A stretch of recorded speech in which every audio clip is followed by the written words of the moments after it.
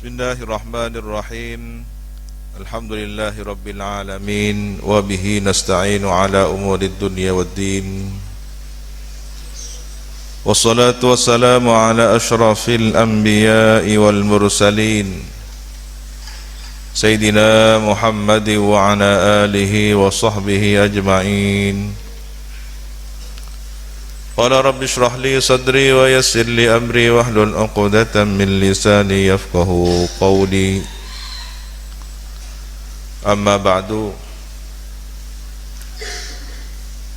Inna asdaqal hadithi kitabullah wa khairal hadi hadi sayyidina Muhammadin sallallahu alaihi wasallam. Wa syarrul umuri muhdatsatuha wa kullu bid'atin dhalalah wa kullu dhalalatin finnar. Allahumma inni a'udzu bika an adilla aw udalla aw azilla aw uzalla aw adlima aw udlama aw ajhala aw yujhala alayya. Wa sallallahu ala sayyidina Muhammadin wa ala alihi wa sahbihi wa sallam.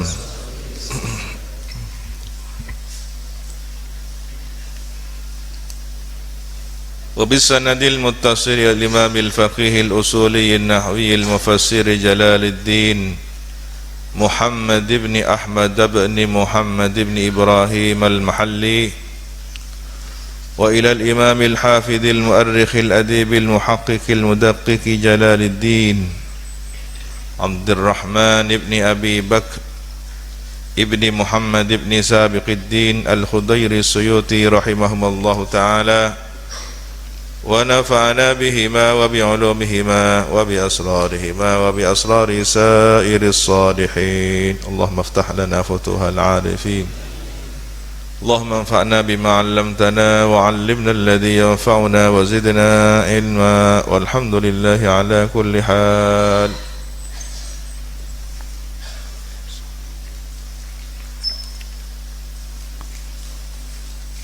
Ila tafsiri qawlihi ta'ala a'udzu billahi minasy syaithanir rajim. Bismillahirrahmanirrahim. يا أيها الذين آمنوا لا تأكلوا أموالكم بينكم بالباطل إلا أن تكون تجارة عن تراض منكم ولا تقتلوا أنفسكم إن الله كان بكم رحيما. يا أيها الذين آمنوا Ya ayyuhalladzina wahai orang-orang amanu yang beriman. Siapa alladzina?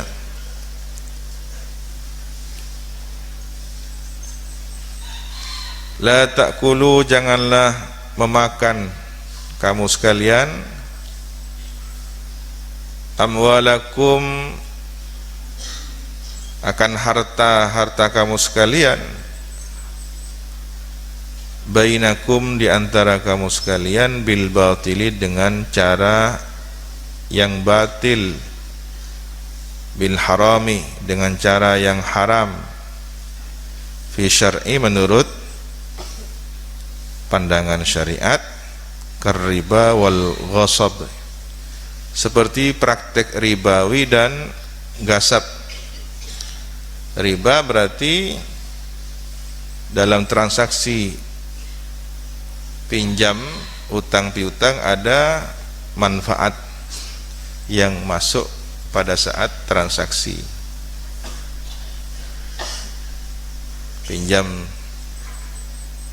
1.000, ketika dikembalikan harus lebih 1.100, 100-nya riba.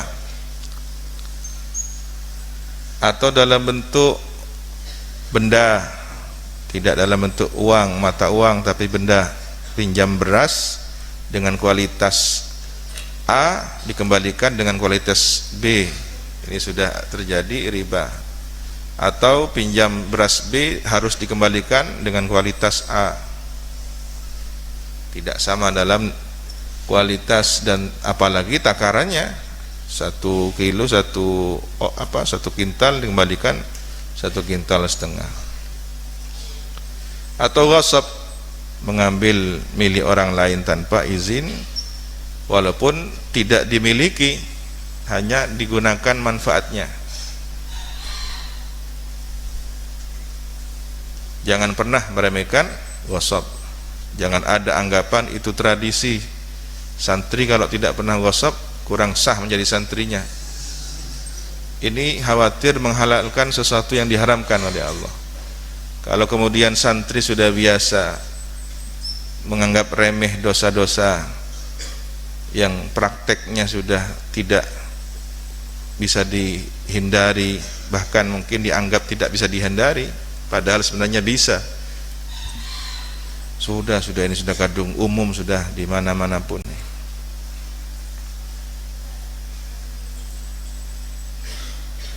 Dan alhamdulillah sejak ada kebiasaan baru, tradisi menata sandal berkurang atau nyaris sudah tidak ada ghasab itu.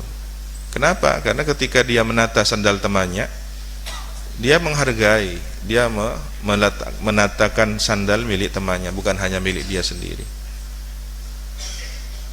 Bagaimana dia akan mengambil tanpa izin sementara dia sudah terlatih memperbaiki letak sandal temannya? Ini ada rasa tanggung jawab, amanah, menjaga kan.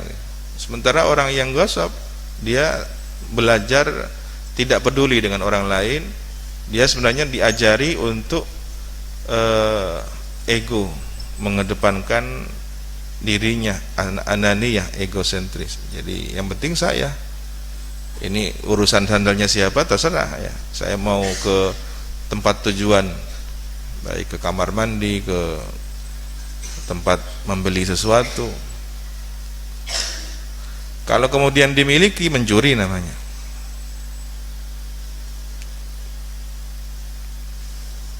Illa, lakin, tetapi, antakuna, hendaklah ada, taqa'u, ada terjadi tijaratan, perdagangan. Jangan menggunakan praktek ribawi dan ghasab, tetapi dengan transaksi jual beli, perdagangan antaradin, jadi saling ridha, minkum, di antara kamu sekalian, wa tibi nafsin, dan sukarela.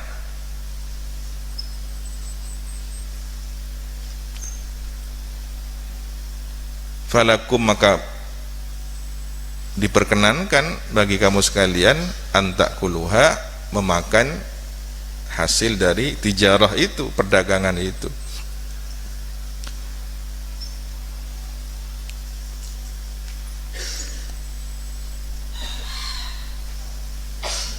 Ini menunjukkan bahwa asas atau pondasi perdagangan atas dasar antaradin, saling ridha. Setelah mengikuti syarat rukun transaksi jual beli, ya, dilihat dulu, kemudian saling menawar harga yang disepakati, ada masa khiyar memilih, jika bisa digagalkan ada khiyar majelis, ya. Ada perjanjian, ini kalau saya bawa pulang boleh enggak ketika sampai di rumah saya kembalikan lagi? Oh, tidak boleh, karena sudah dibawa pulang. Kerusakannya boleh terjadi di perjalanan atas kelengahan Anda. Kalau kerusakannya di toko kami akan siap menggantinya. Bahkan ada yang menggaransi, ya, baik silahkan dibeli, kami akan menggaransi, siap menservis selama 3 tahun, selama setahun, dan seterusnya. Ini berdasarkan antaradin, saling sukarela, ridha. Bukan kemudian yang dimaksud dengan antaradin ini prakteknya haram lalu sukarela. Kalau memang sudah dasar hukumnya haram, jangan ada anggapan yang penting sukarela. Lu kamu kok berjudi? Gak apa-apa kan, yang penting saling antaradin. Di sini yang dimaksud antaradin setelah apa? Tijaratan antaradin minkum. Tijarah itu ada transaksinya, ada akad jual belinya yang dipandu oleh syariat, tidak sembarangan. Ketika tijarahnya sudah batal, jangan antaradin lagi kan gitu. Nah, tetapi pada syarat tertentu ditolerir dengan antaradin. Misal kalau Syafi'iyah sangat ketat dalam melihat aib, ya, meneliti kualitas. Jika perlu jangan beli buah semangka yang masih belum dibelah, maka yang boleh setelah dibelah atau ada contohnya sedikit ditunjukkan, ini kualitasnya dirasakan, oh iya, maka dari tanda-tanda itu silahkan dibeli. Prinsip Syafi'iyah ya tidak ada gharar, tipu daya, tidak ada kerugian di pihak pembeli ataupun di pihak penjual. Tetapi pada hal-hal yang sudah terjadi dan itu umum, lumrah, maka ulama mentolerir pada tingkatan sudahlah, yang penting antaradin, tidak harus ijab kabul, saya beli anda jual saya beli, enggak. Sementara kalau Syafi'iyah ada ijab kabul. Sementara ketika kita sudah biasa membeli barang yang murah, yang itu nilainya tidak terlalu mahal, ya beli gorengan, sulit yang kemudian membiasakan diri, saya beli, saya jual. Yang dibeli Hongkong, TOT, ya, Dengguring, ya sudah beli berapa ini ya.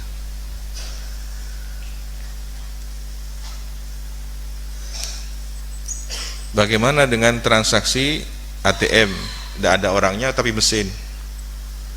Nah, ini kalau kembali kepada aturan yang ketat, yang sangat hati-hati, tidak sah kan begitu.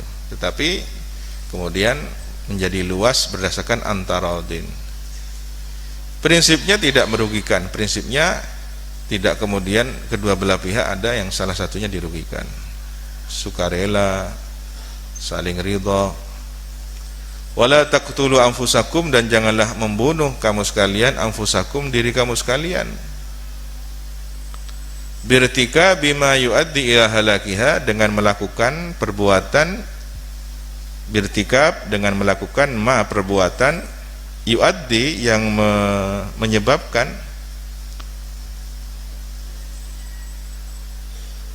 apa itu ila halakiha, kepada kebinasaan diri kalian. Ayyang kana fid dunya, baik adanya di dunia, awil akhirat, atau di akhirat, celaka di dunia pun celaka di akhirat, bikorinatin, dengan satu korinah, satu korelasi.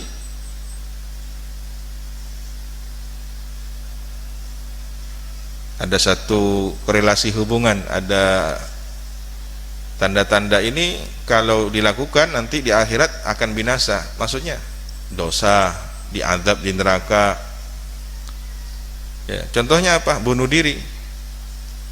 Sudah secara fisik dunianya dia terbunuh, di akhirat dia akan diazab dulu sampai kemudian diampuni oleh Allah. Ada yang hanya kerugiannya, kebinasaannya di dunia saja kan gitu. Boleh jadi di akhirat dia sudah diampuni.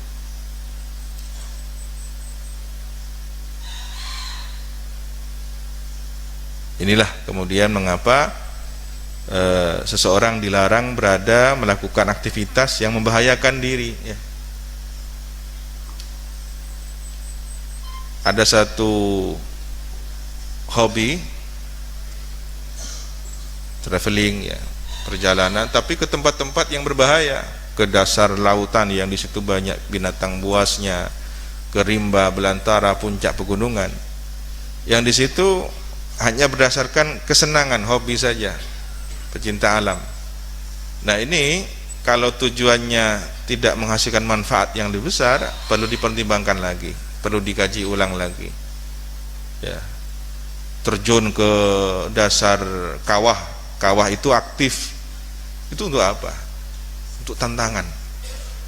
Bukankah hidup ini penuh dengan tantangan? Iya, jangan dicari, tapi yang dihadapi, yang ada di hadapan, ya hadapi dengan penuh kesabaran, tangguh.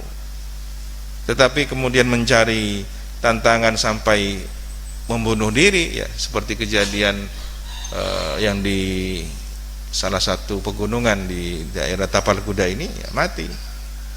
Ada yang mati faktor kedinginan, ada yang mati karena ini ya faktor lain, faktor X yang mungkin dari makhluk lain. Nah, ini perlu dipertimbangkan, ya. Kecuali di situ dalam rangka penelitian ilmiah, pecinta lingkungan yang bertugas untuk merawat alam, ya, di mana ada kerusakan alam, maka ini akan menyampaikan kepada pihak yang berwajib untuk melakukan perbaikan alam misalkan. Ini hal yang sangat dimotivasi oleh agama. Tetapi hanya camping, berkemah, apalagi di sana maksiat, ya, ke tempat yang sangat tinggi di puncak gunung, yang di situ ada salju atau ada es, ya, kemudian bersama wanita yang bukan mahramnya, mau apa di sana? Kalau kemudian terjadi hal yang fahisyah, perbuatan keji, apakah itu ditolerir? Nah, ini innallaha kana bikum rahima, sesungguhnya Allah itu bikum terhadap kamu sekalian, rahima, maha penyayang. Fiman'ihi, dalam melarangnya. Kenapa Allah melarang ini, itu dan semacamnya? Karena Allah sayang. Dalam aturan larangannya itu ada kandungan hikmah yang sangat dalam, ya, min dzalika, dari hal tersebut. Tidak boleh jual beli tanpa dasar antaradin. Kenapa? Terpaksa nanti membeli sesuatu karena terpaksa, akhirnya mendendam, saya menyesal, ya, beli ini ternyata KW, kan gitu ya, kualitasnya KW, palsu. Wa may yaf'al dzalika, dan siapa yang berbuat dzalika, hal tersebut, ay manuhi anhu, artinya sesuatu yang dilarang darinya, udwanan, padahal menentang, ya, tajawuzan, melampaui batas, lil halali, terhadap halal, ini halun, menjadi hal, ya, wa dzulman, dan aniaya, ini takkid sebagai penguat. Dia sengaja menerobos aturan, menentang dan berbuat zalim, aniaya, fasaufa nuslihi, maka akan memasukkan kami hi kepada man itu, nudkhiluhu, maka akan memasukkan kami hu kepada man, naron, neraka, masukkan neraka, yahtariku fiha, yang terbakar siapa man fiha, di dalam neraka. Wa kana dzalika, dan ada dzalika, apa hal tersebut, alallahi, atas Allah, yasiran, ialah mudah, hayyinan, mudah. Tidak sulit bagi Allah untuk masukkan seseorang ke dalam neraka, terbakar dalam neraka. Ini ancaman, ya, artinya jangan mengentengkan.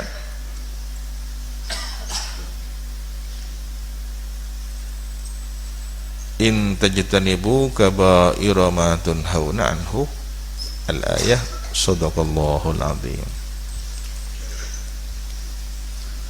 Wallahu a'lam bishawab.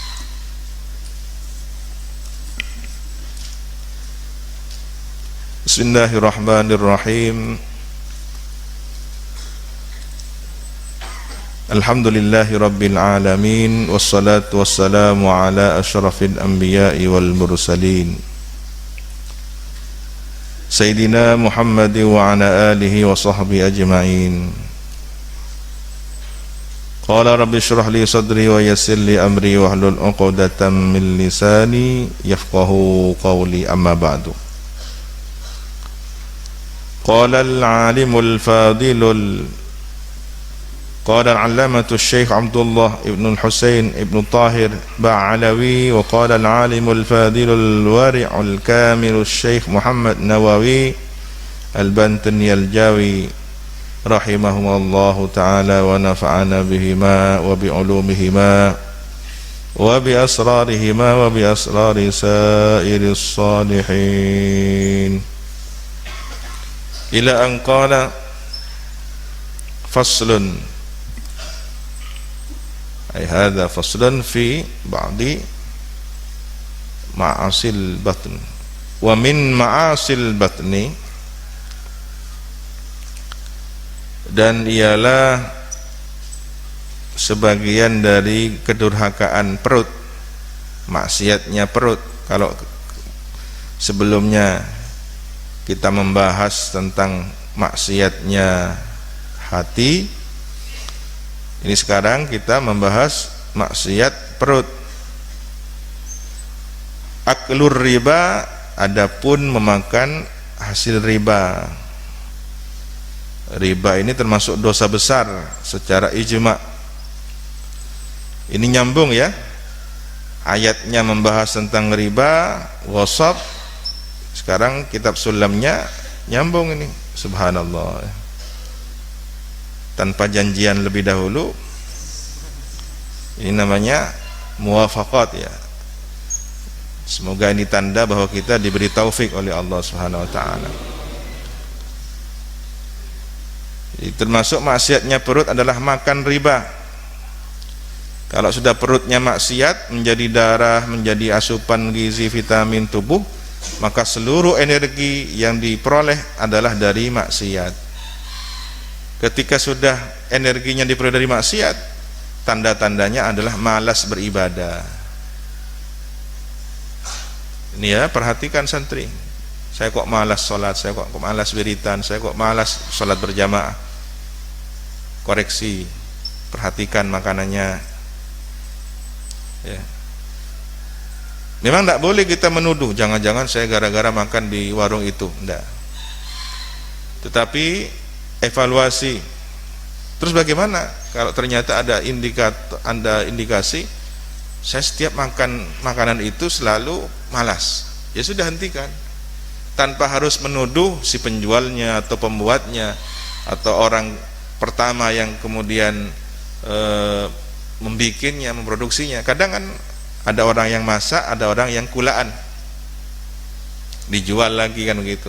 Katakanlah makanan, gorengan, si penggorengnya orang pertama, lalu ada orang yang kulaan kepada si penggoreng ini, saya yang akan menjualnya, maka ini orang kedua sudah.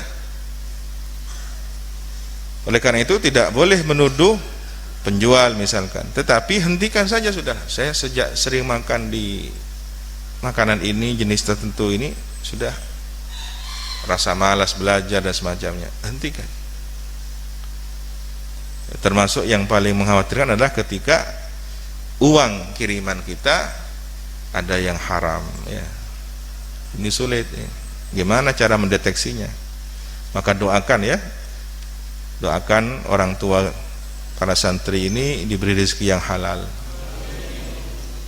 Dan ini mempermudah ya, mempermudah kami, keluarga besar pesantren, para umana, kakak kalian ya, para ketua kamar, itu mudah untuk membangunkan, mengarahkan ke kegiatan-kegiatan pesantren. Tapi kalau kemudian sudah makanannya haram, minumannya haram, pakaiannya haram, ini diliputi dengan rasa malas ya, rasa malas, dan biasanya semangat untuk maksiat. Begitu ada tujuan maksiat, bertenaga, ekstra tenaganya, bisa melompat pagar untuk beli rokok misalkan. Tapi untuk ngaji pas kalian di tandi orang.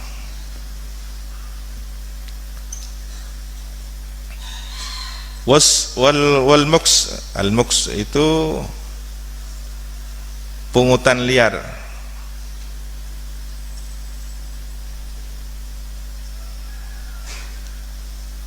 Ini biasanya di instansi-instansi oknum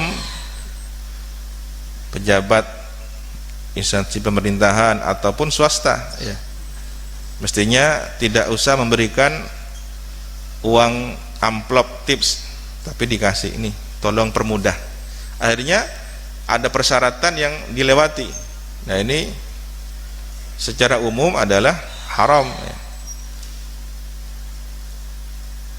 Karena dia tidak berhak. Ini yang terjadi apa namanya, sogoan ya. Dia tidak pantas secara persyaratan menjadi perwira polisi, tentara ataupun pejabat pegawai negeri, tapi dia ingin menembus jabatan itu dengan cara menyogok. Nah inilah yang kita khawatirkan ketika pemilihan mulai dari presiden, kemudian gubernur, bupati, kepala desa menggunakan cara-cara semacam ini, hasilnya adalah produk dari sogokan.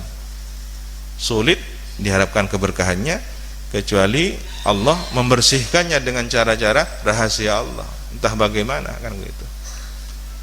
Bagaimanapun juga ya, seorang sultan atau pemimpin, pejabat, pemerintah, penguasa dengan segala kekurangan dan kelebihannya, jangan sampai kita mendoakan buruk yang itu akibatnya lebih besar lagi.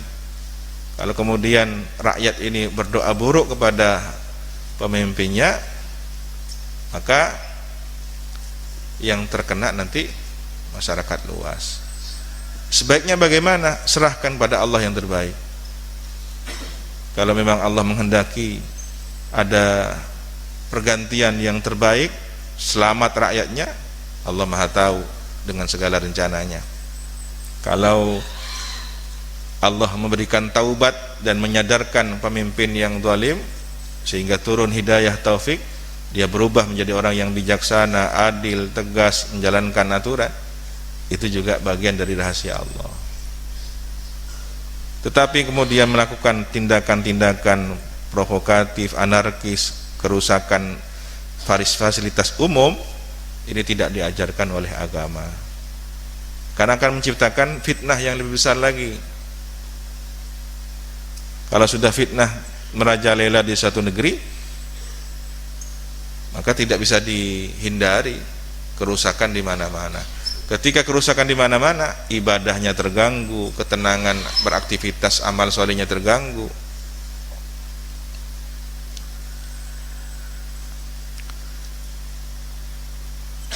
Ini tugas santri ke depan ya.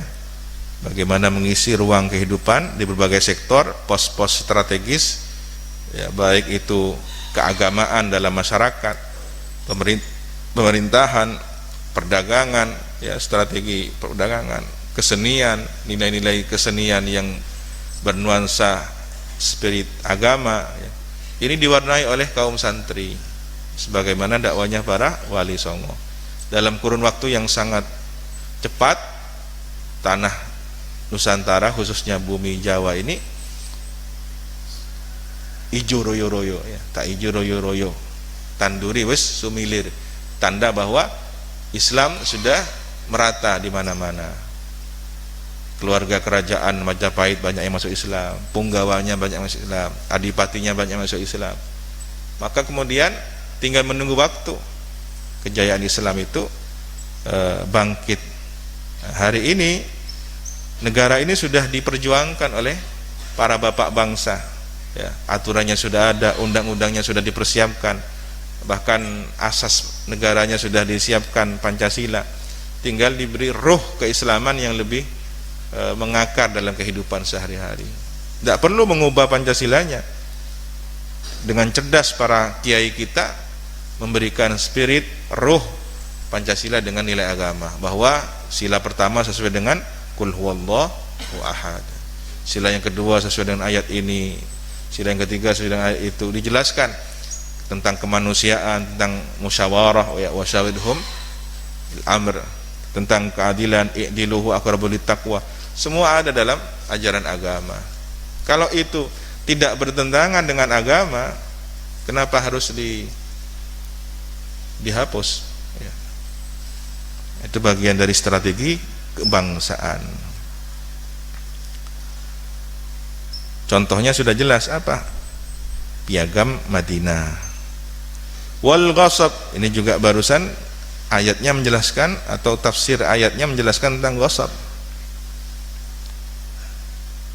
Ini termasuk perut adalah ghasab, harta yang diperoleh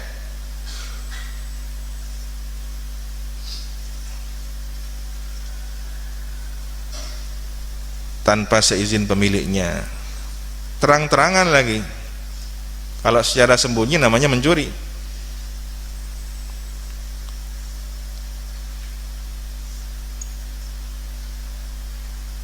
Wasariqah, mencuri, mengambil harta orang lain dengan cara sembunyi atau tidak terang-terangan. Wa kullu ma'khudin bimu'amalatin, dan setiap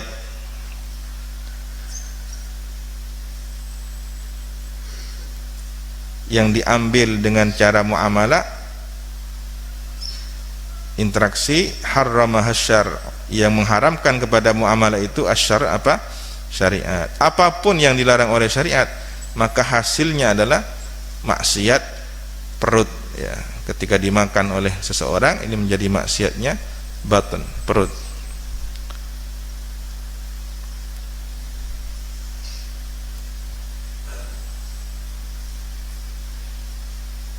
Contohnya bagaimana?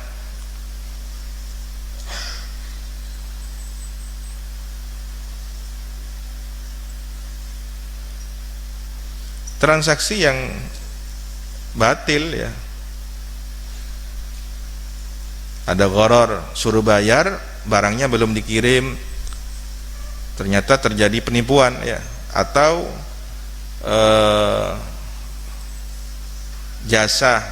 jasanya tidak jelas, Anda akan saya lipat gandakan uang, melipat gandakan uang, tapi harus ada maharnya dulu.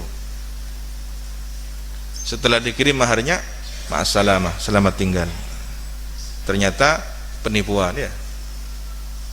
Nah, ini kadang bikin isu bahwa binatang jenis tertentu ini mengandung khasiat, bisa menjaga dari gangguan orang jahat, bisa nolak sihir dan semacamnya, maka dijuallah tokek. Udah rebutan nyari tokek. Atau jual batu akik tertentu, ini jenis akik ini bisa begini, bisa ini. Bikin cerita ya. Anda kelaparan ya, taruh di nasi, makan nasinya. Udah bikin cerita macam-macam, maka dijamin Anda kenyang. Kalau perlu seakiknya makan kan begitu. Dan unsur-unsur penipuan begini hasilnya jelas haram ya. Sekarang macam-macam sudah jual macam-macam barang yang juga semuanya tipuan atau kualitasnya palsu, tipuan ya, imitasi. Yang terjadi sekarang tidak berkah itu. Tolong siapapun keluarga kita, kerabat kita yang masih melakukan praktek semacam itu, segera cari alternatif yang lebih pasti kehalalannya. Kalau masih bertahan dengan cara seperti itu, bagaimana keberkahan hidupnya? Kalau dia punya anak, anaknya mondok, bagaimana keberkahan ilmunya anak? Jangan salahkan pesantrennya ketika oknum wali santri yang tidak berhati-hati menjaga rezeki untuk berkirim, berbagi rezeki kepada anaknya ya, dengan anaknya di pondok ya, dari sumber yang haram, syubhat, maka ini sebenarnya meracuni anaknya sendiri. Bukan sayang kepadanya, ini tega kepada anaknya ya, tega. Setelah pulang ilmunya tidak manfaat ya. Maka terus santri di pesantren tugasnya mendoakan keluarga, kerabat kita, orang tua kita, mudah-mudahan rezeki beliau semua diberi rezeki yang halalan, thayyiban, mubarakan, ya, nafi'an. Itu yang didoakan terusnya. Tawassulkan lewat tawassul batin. Selipkan doa-doa itu setiap sholat maktubah. Dan semakin sulit perekonomiannya, semakin tertantang untuk melakukan hal yang haram itu. Oh, sekarang pekerjaan sulit, di mana-mana perusahaan sudah tutup, ya bagaimana lagi ini, sudah terjadilah kemudian hal-hal yang tidak diinginkan. Wallahu subhanahu wa ta'ala a'lam bishawab.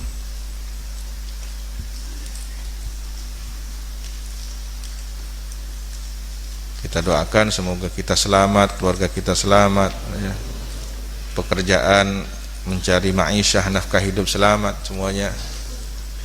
Ala hadiniyah wa likulli niyatin salihah. Al-Fatihah.